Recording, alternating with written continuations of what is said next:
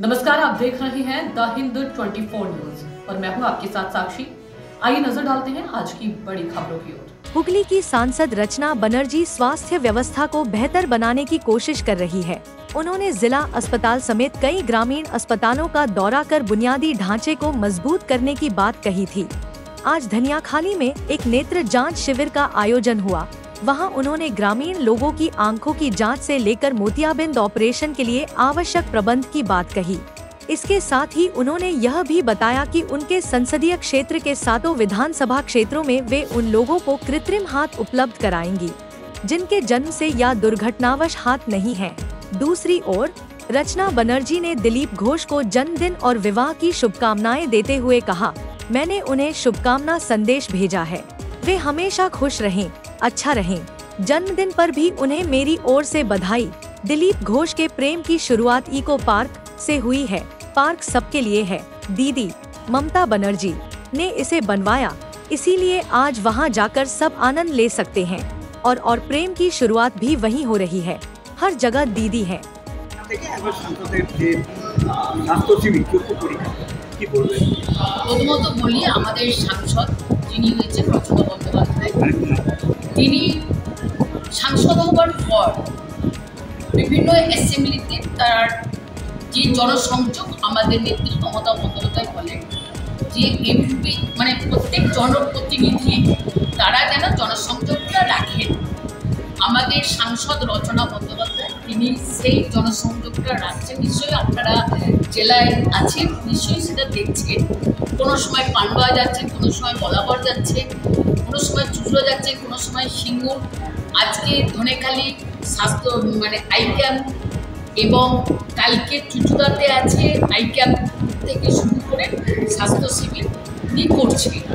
আমরা একটা সময় দেখেছিলাম এখানে বিগত দিনে যিনি সাংসদ ছিলেন তাকে মানুষ দেখতে পেত না। তাকে আপনারা নিশ্চয়ই দেখেছেন চুচুড়াতে নিখোঁজের একটা পোস্টার করত, যে নিরুদ্দেশ পোস্টার করত। কিন্তু রচনা বন্দ্যোপাধ্যায় তিনি চুচুড়াতে মানে সব জায়গাতে আসছেন এবং সবার সাথে জনসংযোগ করে রাখছেন। কারণ আমাদের নেত্রীর নাম মমতা বন্দ্যোপাধ্যায়, তারই অনুপ্রেরণায় আজকে আমি এই মুহূর্তে ধনিয়াখালীতে আছি এবং আপনারা সবাই জানেন বিগত কিছুদিন ধরে আমাদের একটা প্রয়াস চলছিল যে চক্ষু পরীক্ষা কেন্দ্র হবে এবং স্বাস্থ্য শিবির কালকে চুচুড়াতে হচ্ছে। আজকে আমাদের চক্ষু পরীক্ষা কেন্দ্র হচ্ছে ধনিয়াখালীতে এবং তার সাথে যে আমরা চেষ্টা করছি মানুষের পাশে থাকার জন্য। আজকের কর্মসূচি কি করবে একেবারে? হ্যাঁ, দেখো, আমি সাংসদ হওয়ার পরে এটা আমার একটা যেটা বলতে পারো একটা ভালো কাজের সাথে শুরু করলাম। আমি প্রায় 1 বছর চললো। এখন সেটাই দেখলে ভাবলে মনে হয় যে আগের বছর ঠিক এই সময় আমাদের প্রচার চলছিল, দিন রাত প্রচারে ব্যস্ত থাকতাম। প্রায় 1 বছর হয়ে গেল। তো আমি সবসময় চেয়েছিলাম যে স্বাস্থ্য নিয়ে একটুখানি বেশি সজাগ থাকবো এবং সেই অনুযায়ী কাজ করবো। তো সেটা আমি সবসময় তোমাদের ইন্টারভিউতে বলেছিলাম যে আমি স্বাস্থ্য নিয়ে এগোতে চাই এবং মহিলাদের পাশে ডেফিনেটলি থাকতে চাই। মেয়েদের বিপদাপদে যা যা প্রবলেমস, যা যা সব রকম স্কুল হোক, কলেজ হোক, যাবতীয় যা যা কাজ হোক সেটা করার ইচ্ছে আছে আগামী দিনে। তো সেই পরিকল্পনা চিন্তা করেই এবং সেই ভেবেই আমি এবারে আমার স্বাস্থ্য হেলথ ক্যাম্প শুরু করছি, স্বাস্থ্য শিবির শুরু করছি এবং ধনিয়াখালী দিয়ে শুরু করি। কারণ ধনিয়াখালী আমার খুব কাছে নিজে এবং ধনিয়াখালীর অবদান অনেক আমার আজ সাংসদ হওয়ার পেছনে। অসীমা পাত্র আমাদের বিধায়ক মহাশয় আর অবদান অনেক আমাকে আজকে এই সাংসদ জায়গায় পৌঁছানোর জন্য। চিরকৃতজ্ঞ সেই জন্য ধনিয়াখালী মানুষের কাছে তথা আমাদের প্রিয় অসীমাদির কাছে।